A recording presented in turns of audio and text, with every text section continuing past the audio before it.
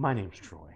I'm a biologist. This is my older brother Trent, merely a chemist. And we are the Bourbon Brother Whiskey Nerds. Ladies and gentlemen, we are back with another rousing edition of What You Drinking Wednesday, even if it's a Thursday. Doesn't matter what We don't care. Could be a Tuesday. You could be as far away from Wednesday as you could be before you come back to it. That's right. Wednesday. Could be a Thursday, and your Wednesday is gone. Because maybe you had a busy Wednesday. We don't know. We don't care. We're just happy you're joining us and you're drinking with us here on what is for us a What You Drinking Wednesday. And Troy, today, the magical wheel of the whiskey, wonderful wheel of whiskey has spun us some Jim Beam single barrel. Yeah, Jim Beam single barrel. Interesting. I'm not sure a lot of people know that Jim Beam. Yeah, I don't know how widely released this is. We bought both our bottles at the Jim Beam distillery. Well, and we bought different bottles. This is Troy's single barrel. I have a different barrel. Obviously, with some single barrel, there's going to be some barrel dependent differences. We don't know where this barrel was in the rick house. Obviously, it's higher up. Going to be higher temperatures, lower down, going to be lower temperatures, but higher humidity. Yeah. So if that plays a role, going to be some differences. But Jim Beam single barrel, we bought it at the distillery. I think it was $40. $40. And then we went to some liquor stores and saw it for less. So maybe in your market, you can get it for $30. For $30, I would argue it's a buy. Coming in at 108 proof, obviously a single barrel, not at cask strength, proof down to that 108 proof. While Troy pours, I will remind you that we are big believers in the Jim Beam profile. Some nuttiness, some nice roasted peanuttiness. I'm looking forward to this. Well, there it is. Yeah, smells like a Jim Beam smells product. like a Jim Beam product. Such nice roasty, toasty. Roasty like and toasty. Campfire comfort coming through. With peanuts for snacky foods. Just so nice. Yeah, the peanut note on this, the peanut note for me on Jim Beam products tends to get a little diluted, but I do pick it up on the single barrel. On this product, I think specifically it's probably the forefront. The traditional Jim Beam mash bill, same mash bill as all your Knob Creeks, as all your Bookers, 75% corn, 13% rye, 12% malted barley. There's a nice malty note, like part of the roasty toasty Yep, note. Absolutely. It noses pretty good. It's a pleasing nose. It's very inviting. There's nothing bad about this. No, I like it a lot. Cheers, folks. Happy Wednesday.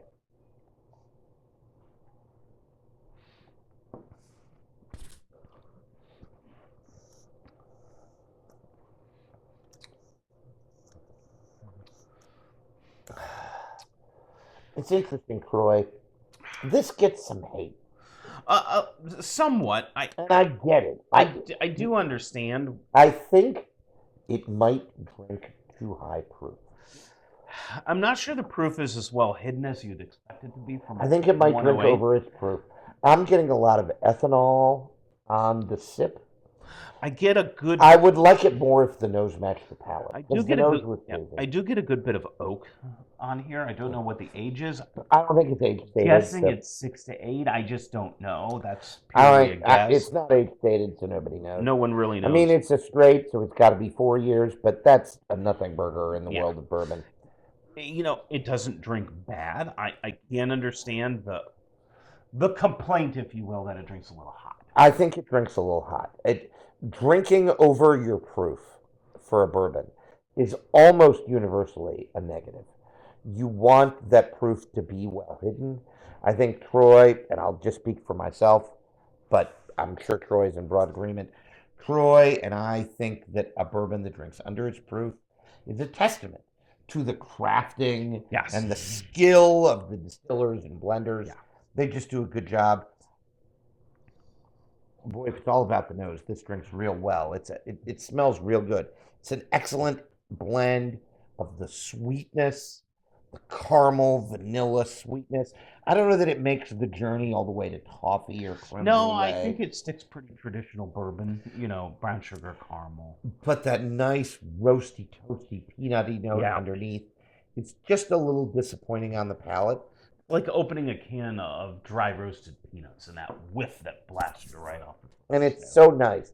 Again, I don't want to say that it drinks bad, but I think there are better Jim Beam products that you can get for $40. Yeah, I would agree. Maybe even Knob Creek 9. I mean, maybe agree. you would prefer over this. I mean, Knob Creek 9, not a single barrel, obviously a batch product. But then you've got a 9-year age statement backing that up. I could make an argument that Knob Creek 9 drinks better than this. Yeah. You know. I mean, again, it's one of those things. Troy and I say this a lot. I bought it. I'm not mad I bought it. For $40, what am I going to do? Complain? Probably not buying it again, though. I don't think I'm going to buy it again. I don't think I'm going to buy it again. Don't think I'm going to buy it again.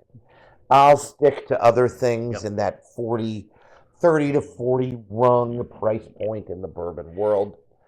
I think I'd probably pick up, as I mentioned, Knob Creek 9 over this again.